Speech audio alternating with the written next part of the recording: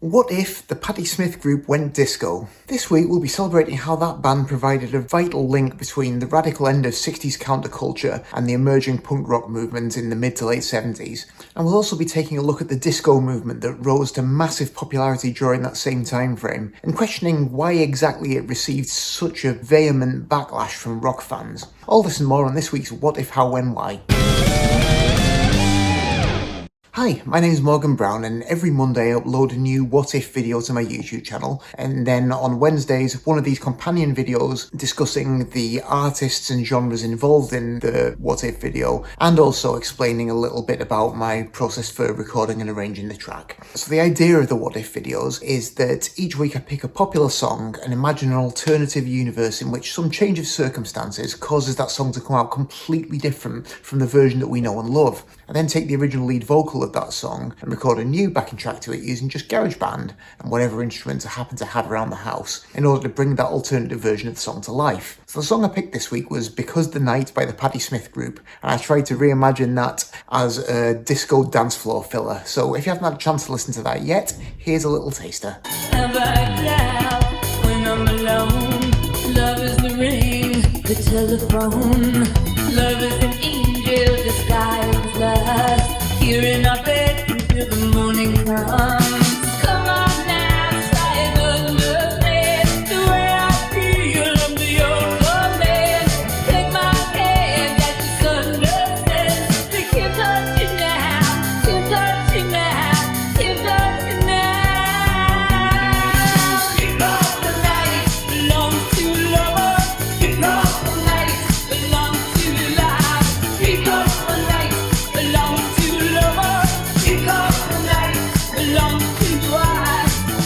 Now, when I first got into punk rock, I did quite a lot of reading up on the subject and made a point of trying to listen to all the names that kept coming up in the various accounts of the early days of punk. And for the most part, got really immediately into a lot of those bands. But I must admit that when I first heard Patti Smith, it just didn't click with me at all. I think it's one of those things where you've just read about how important someone is to the development of a movement, and then you build up this idea of how their music's going to sound, and then when you hear it and it doesn't match up, it can be a bit disappointing, even though the only thing that you're comparing it to is this complete fantasy that you've invented. And the first thing I ever heard by Patti Smith was a performance from the Old Grey Whistle Test, and sometime in the mid-70s that cropped up on a BBC Two compilation programme that included also the likes of Talking Heads and the Ramones and Iggy Pop, and I loved everything else on the show, but I found the Patti Smith Group performance to be a bit of a letdown.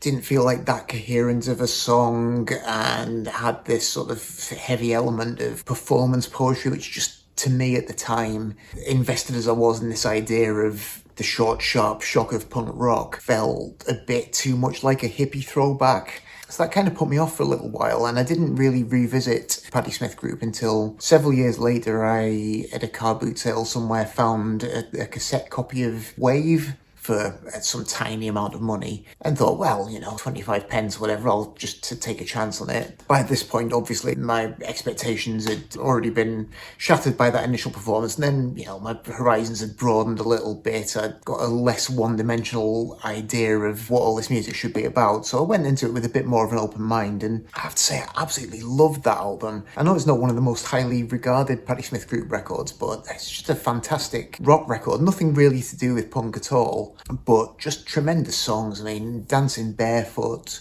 and Frederick particularly are absolutely stunning. So without those preconceived notions, I was able to appreciate what the band was doing on its own merits rather than through this idiotic punk lens. And then, having discovered that I enjoyed that, I then worked my way back to the earlier stuff as well. Easter and Radio Ethiopia, and then back to Horses. I guess Horses is still the album that sounds closest to what people would think of as punk, and oddly it's still my least favourite of the Patti Smith Group's albums. I actually prefer them when they start to sound a bit more professional, a bit more together as a band, which takes away that kind of raw, garagey side of things. but they don't turn into Fleetwood Mac or anything.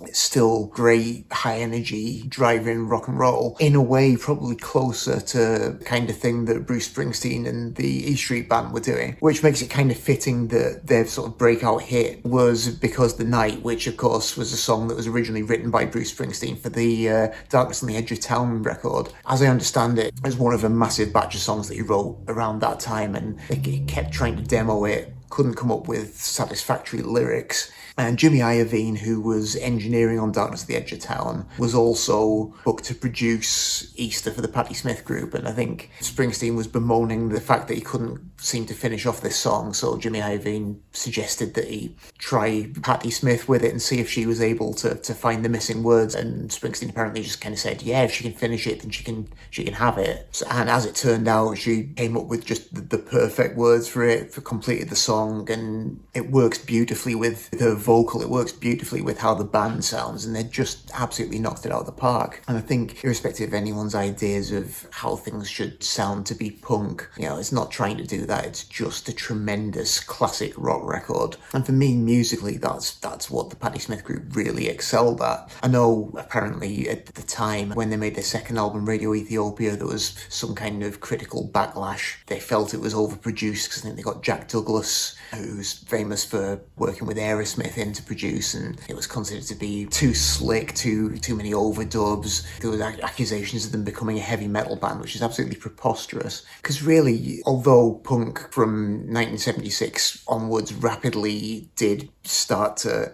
have a particular sound that became accepted as the punk sound, initially, particularly in that New York scene, it was entirely about an attitude and about rejecting mainstream ideas of what a rock band should be. The range of sounds that those bands, not just the Patti Smith Group, but Talking Heads and Television and Blondie, all wildly different sounding bands, but united by this goal of kicking over established ideas of what a rock band ought to sound like. And the Ramones shared that idea too, but it just so happened that the Ramones' particular sound was the one that people really latched onto that became the template for punk rock going forward.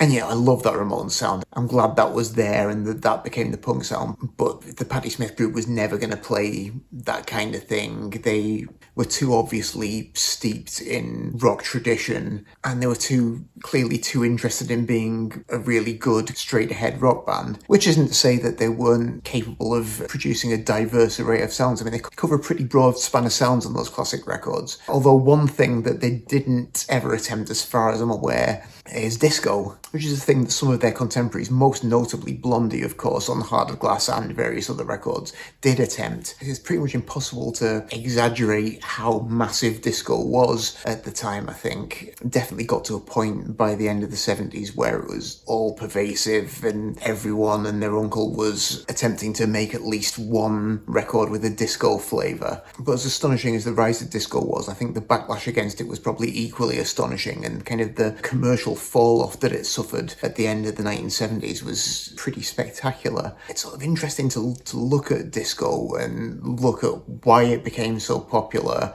and why this really strong reaction against it came about. Because from the beginning, rock had always coexisted with other forms of popular music, generally fairly peaceably for the most part. Normally, different camps of rock and pop fans are pretty happy to live and let live, leave each other well alone, but there was just something about disco that really engaged the ire of rock fans. And to be fair to the people who engaged in the backlash, some of it might have just been the sheer ubiquity of disco, as I alluded to earlier, just the fact that so many people were making disco records, and as the volume of disco records increased, so the sort of average quality of them rapidly decreased, and there was an awful lot of schlock out there.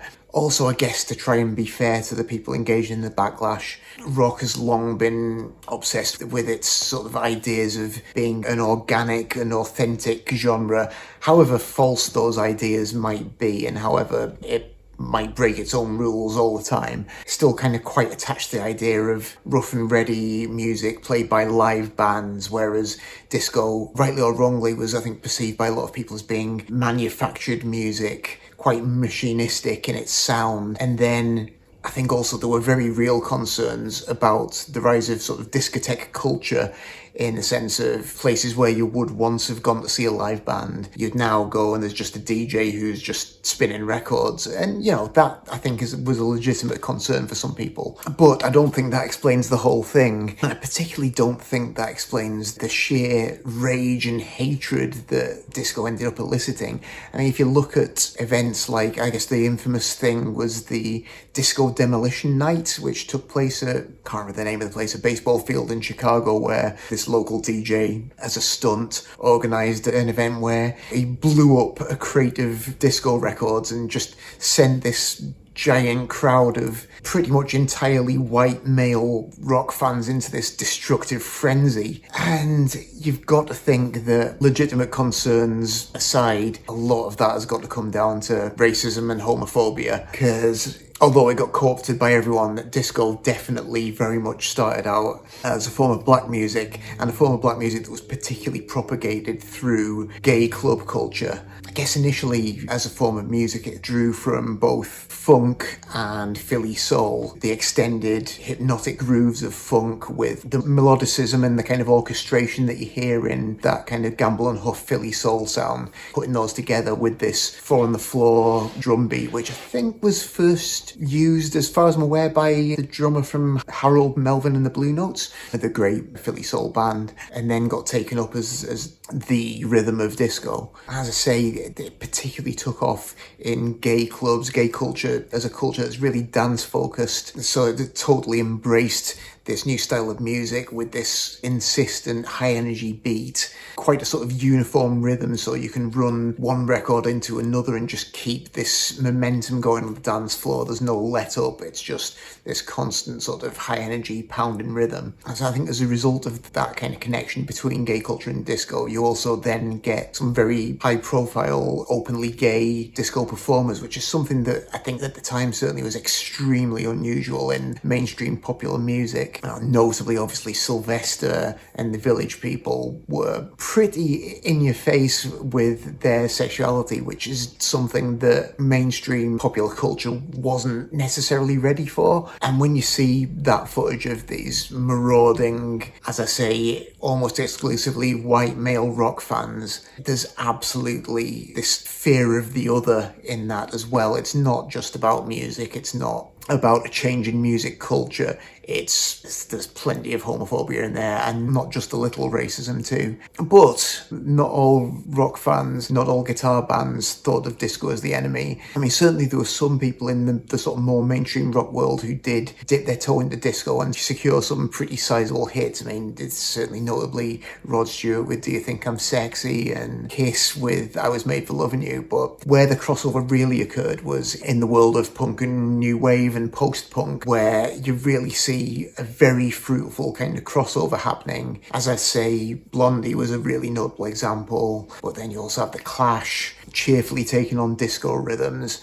And then following that, so many bands in the post-punk scene took their cues from disco, particularly just that sort of rhythmic insistence, the kind of looping, hypnotic drum patterns and bass lines. You hear it all over the place in post-punk, and if you listen to Delta 5 or Public Image Limited, Gang of Four, any of these great post-punk bands, there's very few of them that didn't have like at least a little bit of disco going on there. And I think really from that you could argue that, far from threatening to kill off guitar music like these rock fans ostensibly thought disco was going to do, it actually really helped to rejuvenate guitar music, a lot of which was growing pretty stale by the time disco started emerging in the mid-70s, and provided it with new sounds and new rhythms that properly rejuvenated into the 1980s. And without that, quite a lot of guitar rock could have been in a pretty sorry state. So I think us old rock farts maybe need to get rid of our disco sucks shirts and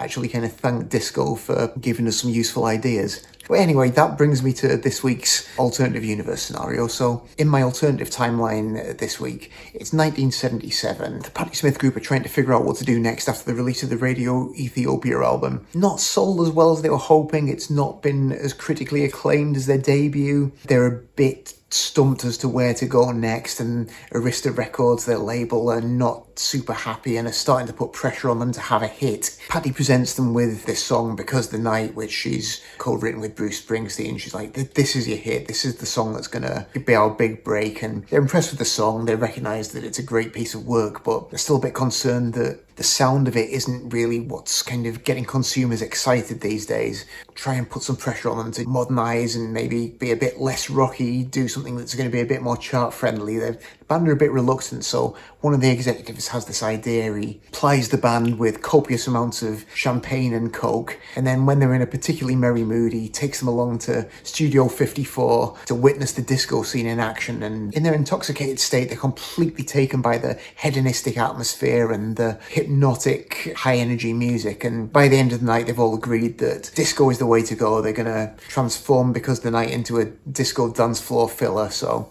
they do that, and as Arista have been hoping, it's a massive worldwide smash. And although some of the critics who'd previously championed them are a bit put off by this sudden shift to blatant commercialism, the song becomes a disco classic and fills dance floors around the world for decades to come. So in trying to convert Because the Night into a disco classic, my first step as ever was just getting the original lead vocal into GarageBand, syncing up to the grid. A little bit tricky because there's quite a lot of ebb and flow in the tempo of the original recording, but tweaked it about a bit and got it as close as I could to in time. Popped some drums on next, pretty much going for totally standard disco drum rhythms, the 4-on-the-floor kick drum, a little kind of offbeat hi-hats.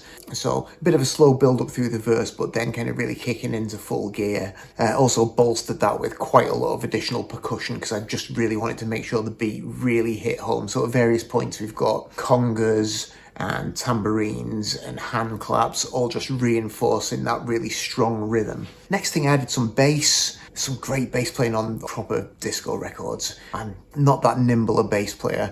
Tried to play fingerstyle, but I just couldn't get everything as tight as I wanted. So actually played in a bit of a hybrid style, mainly with a pick, but then using one finger to just pop some upper octaves. So got some of those kind of classic disco octave runs with the low note and then the popped high note after it.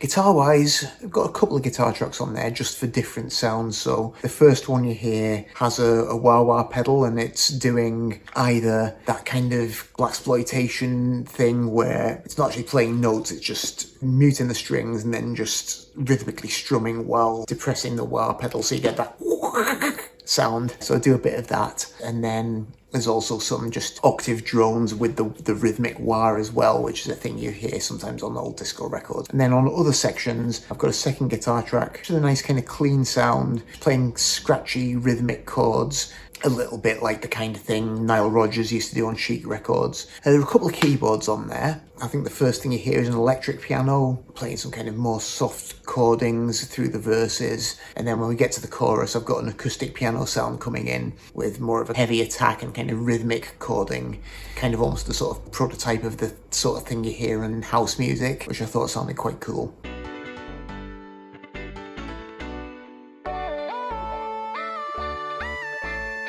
And then, because quite a lot of that disco sound grew out of that Gamble and Huff, that nicely orchestrated Philadelphia soul sound, I wanted to have some orchestral sounds in there too. So we've got some strings in some sections, for which I used actually the GarageBand Mellotron string sounds, because they have that nice retro taped string sound to them. Just playing some little runs, nothing too elaborate, but it just adds a nice sort of touch of class. And I've also got some horns, trumpets, saxophones and trombones in other sections, which just add some kind of extra punch. Again, just building the track up as it goes along, so it gathers momentum, gets bigger in sound as it goes along until it's sounding pretty massive by the time it's fading out at the end there.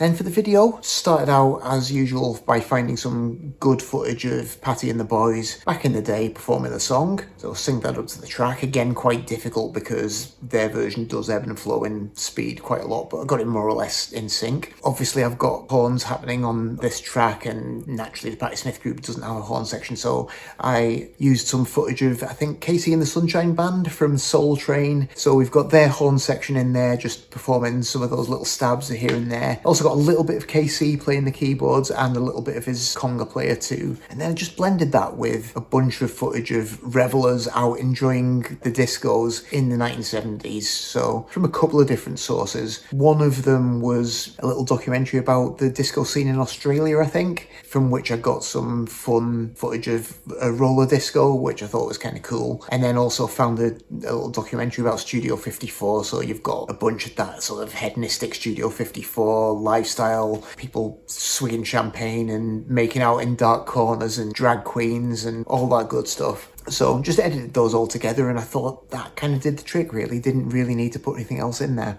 So yeah, hope you enjoyed this one. As I say, I absolutely love the song. It's a fantastic song, and I thought it would stand up perfectly well to being given a slightly different treatment. I've been looking for something to do in a disco style for a while because I thought it'd be a really fun thing to try and put together. And yes, I had an absolute blast putting this together, and I think it came out sounding pretty respectable. But let me know what you think down in the comments, and if you did enjoy it, please, if you would like, share, subscribe, all that stuff really helps me a great deal. If there's anything you'd like me to do in coming weeks and months, any artists or songs or genres you'd like me to take a look at, do let me know. I always appreciate your suggestions. But otherwise, that's all from me for this week. So thanks very much indeed for watching, and I'll hope to see you next time.